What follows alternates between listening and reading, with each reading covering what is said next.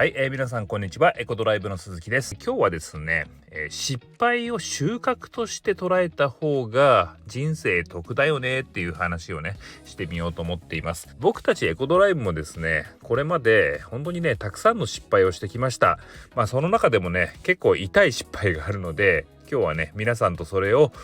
共有したいと思っています。ちょうどコロナの時だったんですけども、大量の在庫をね抱えてたので、フードデリバリーのドライバー向けにね車の貸し出しを行ったらどうだろうって、思いついたんですね。一気に30台ぐらいかな貸し出すことができました。でもね、支払い遅延の嵐が始まったんです。もうお金払わないんだったら車とにかく返してほしいって言ってもね返ってこないんですよ。で、じゃあどうしようかっていうことで、もうね探偵みたいな会社を雇ってねお金を払って車を探してもらうんですけど、それもね安くないですよ。で、見つかった時はね原型をなしていないっていうパターン。あとはねひどかったのが、もうねパーツも全部持ってかれちゃって何にもついてない、もうね亀の状態もうタイヤとかついてないんですよ。そんな状態で置いてあるとかね。あとは、僕たち西海岸なんですけど、東海岸で見つかったなんてねこともありました。で、そうなったらもうね東海岸から西海岸に持ってくるのにもすんごいお金かかっちゃうし、持ってきたとこでもう車がボコボコだったりとかもしてね、全然商品ができないなんていう状態だったんで、もう二足三門で売るっていう感じでしたね。一体いくら損失出したんだろう。5万ドルぐらいだったかな。それぐらいだったと思います。当時のね僕たちにとっては5万ドルの損失っていうのはねもうむちゃくちゃでかかったですね。で、もちろんねもうそれ以上貸し出しすることはやめました。で、大失敗だったわけなんですけども、その時はね本当に大変だったんですけど、後から考えると本当にねたくさんの収穫がありました。まずね、そのトヨタのプリウスもうねこれだけ人気なんだっていうのがね分かりました。もうねとにかく需要がめちゃくちゃあるんだなと、それぐらいみんなにね認められてる車なんですよね。とにかく燃費がいいし壊れないで、使い勝手もいい、運転しやすいっていうことでね、とにかく、ガソリン入れてれば走るみたいなね、とにかく信用が高い車なんだなというのをね再認識しましたね。だから僕たちは本当にねいい車を扱ってきたんだなというのがね分かりました。あとはね日本人っていう国民性の素晴らしさですね。それを再確認しました。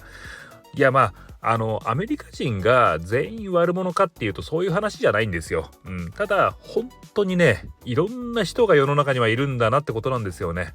で、僕たちはね日本人の方にたくさんの車の貸し出しをこれまで行ってきたんですけど、借り物だからって言ってねお金払うのはもちろんなんですけど、もうしっかりね言った通りメンテナンスしてくれるし、傷つけたらね報告してくれるし、なんならね車返してもらう時に、こっちは別にそのまま返してくればいいよって言ってるんですけど、もうわざわざ洗車までしてね返してくれる方もたくさんいるんですよね。で、これまでね僕たちはそうですね2000人ぐらいの日本人の方にですね車の貸し出しを行ってきましたけど、もうね支払いがないとかちょっとね揉めたっていうのがねもちろんゼロではなかったけど、覚えてる限り2件ぐらいですよ。でね、それをアメリカ人のね銀行マンの方に言ったんですけど、もうね目を丸くしてましたどうやってやってんのってなんでって思ったんですけど、いやねアメリカだとそのデフォルト率っていうのはね遅延とかによるその回収不可能なことになってしまったことによる要はその車の回収ですよね。これをねデフォルトって言うんですけど、それがね 30% 超えてるんですって。だからこれはもうね日本人という国民性としか言いようがないかなと思うんですけどね。あとは収穫だったのはエコドライブのチームのね底力ですね。誰一人辞めなかったですからね。僕も含めてねもうみんなクビになりましたけどね、僕も初めてですよ、自分で自分のことをクビにするってとにかくね経費を抑えるのに必死だったんで、みんなねただ働きしてましたね、あの時は。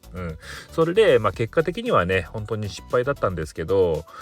もうね一時的には、とにかくキャッシュにはなったので、生き残ることができたわけです。というわけでね、ちょっと今日の話をまとめると、どんな失敗にも必ず収穫があるよっていう話をさせてもらいました。逆に考えるとね、その収穫を得るためには、失敗がつきもの。で失敗するためには行動しないといけないってことなんですね。